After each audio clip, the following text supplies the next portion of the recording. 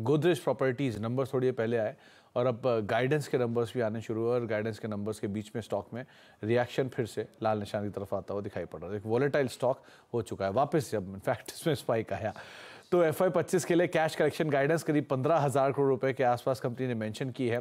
FY25 के लिए delivery guidance करीब 1.5 करोड़ स्क्वायर फीट के आसपास यहाँ पर कंपनी मेंशन कर चुकी है। और जो बुकिंग की गाइडेंस है वो स्ट्रांग है, डिलीवरी गाइडेंस स्ट्रांग है और 27,000 करोड़ रुपए के आसपास की booking value guidance company mention करते हुए दिखाई पड़ रही है। कैश कलेक्शन 15,000 करोड़ रुपए के आसपास रहेगा।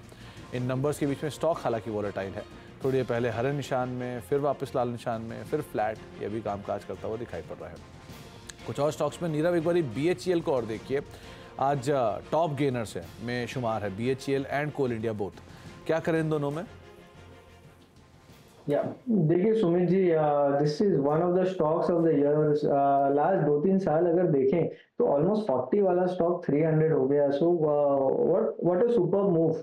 और मल्टी ईयर ब्रेकआउट भी आया है ये स्टॉक में, करीब करीब 210 के ऊपर।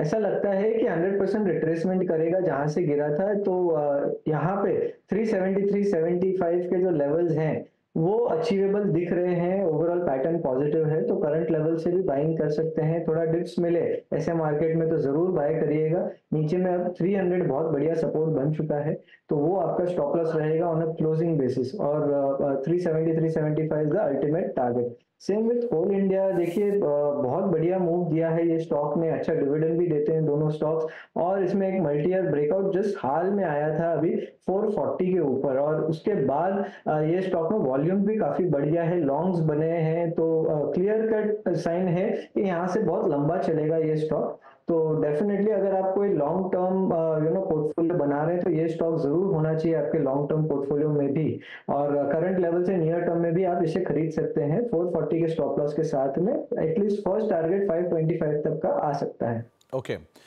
चलिए, तो आपको राय कोल इंडिया और BHEL के संदर्भ में दी गई। अब कुछ अर्निंग्स की बात कर लेते हैं, जो आ चुकी है नहीं, जो आने वाली हैं उनके ऊपर। तो पहले DMart, इसके नंबर्स आने वाले हैं। वैसे ही कोई Q4 का अपडेट आया था हाल में और Q4 के अपडेट के बाद स्टॉक में बढ़िया रिएक्शन भी था। अब कंपनी की अगर अर्निंग्स की बात करें तो करीब करीब 19-19.5% के आसपास स्टैंड लोन रेवेन्यू बढ़ने का अनुमान बाजार लगाकर चल रहा है। रेवेन्यू ग्रोथ करीब 14-14.5% रही है, जो एक EBITDA का एस्टिमेट अलग अलग ब्रोकरेज हाउसेस से लगा है। उसमें कुछ लोगों को लगता है कि 998, कुछ लोगों को लगता है 991, कुछ लोगों को लगता है 956। तो मेजरली 990-980 की रेंज में EBITDA कहीं आने का अनुमान आप लगाकर चल सकते हैं। स्टोर एडिशन करीब 12.5% के आसपास की ग्रोथ थी YOY बेसिस पे, 365 स्टोर हैं। लेकिन इनके quarter by quarter store addition के नंबर्स में बड़ा पिकअप आ रहा है। तो Q4 के अंदर करीब करीब 24 स्टोर जो कि ऑलरेडी मेंशन कर चुके हैं। तो ये एक अच्छे नंबर्स की बातचीत यहाँ पे बाजार अनुमान लगाकर चल रहा है। शेयर थोड़ा सबड्यूड है आज। दूसरी तरफ मैरिको के नंबर्स, टॉप लाइन थोड़ी सी धीमी रहेगी, लेकिन मार्जिन एक्सपेंशन रहेगी क्योंकि इनपुट कॉस्ट थोड़ा स्टेबल हुआ है। तो इनपुट कॉस्ट के स्टेबल होने का इम्पैक्ट कंपनी के नंबर्स पर रहेगा। मुनाफा करीब करीब 11% बढ़ने का अनुमान है। रेवेन्यू फ्रंट पे 1.5% के आसपास की बढ़त इस तिमाही में रह सकती है।